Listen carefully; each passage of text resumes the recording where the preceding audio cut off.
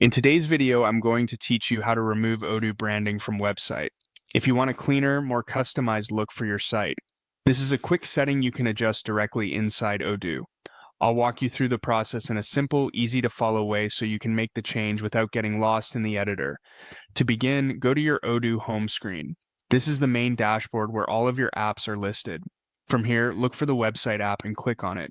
This will open your live website management area where you can edit pages and change what appears on the front end of your site. Once you're inside the website section, click on Edit. This puts the page into editing mode and allows you to select parts of the website directly on the screen. If you don't see the editing options right away, give the page a moment to load fully before continuing. After that, scroll down to the bottom section of the page where the copyright area appears. You're looking for the footer section that includes the company name and the copyright line. Click directly on that area to select it. This is important because Odoo needs you to highlight the specific block before its settings become available. With the copyright section selected, find the copyright toggle and turn it off. This is the setting that controls whether that branding-related footer element is displayed on your website.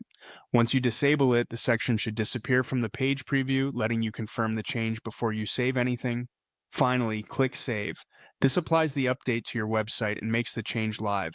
Always make sure you save at the end, because if you leave the editor without saving, the branding may still remain visible. As a quick tip, after saving, refresh the page and check the footer again to confirm everything looks the way you want.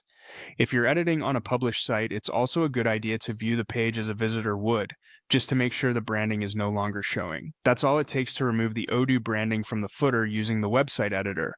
It's a small change, but it can make your site feel more professional and more aligned with your own brand.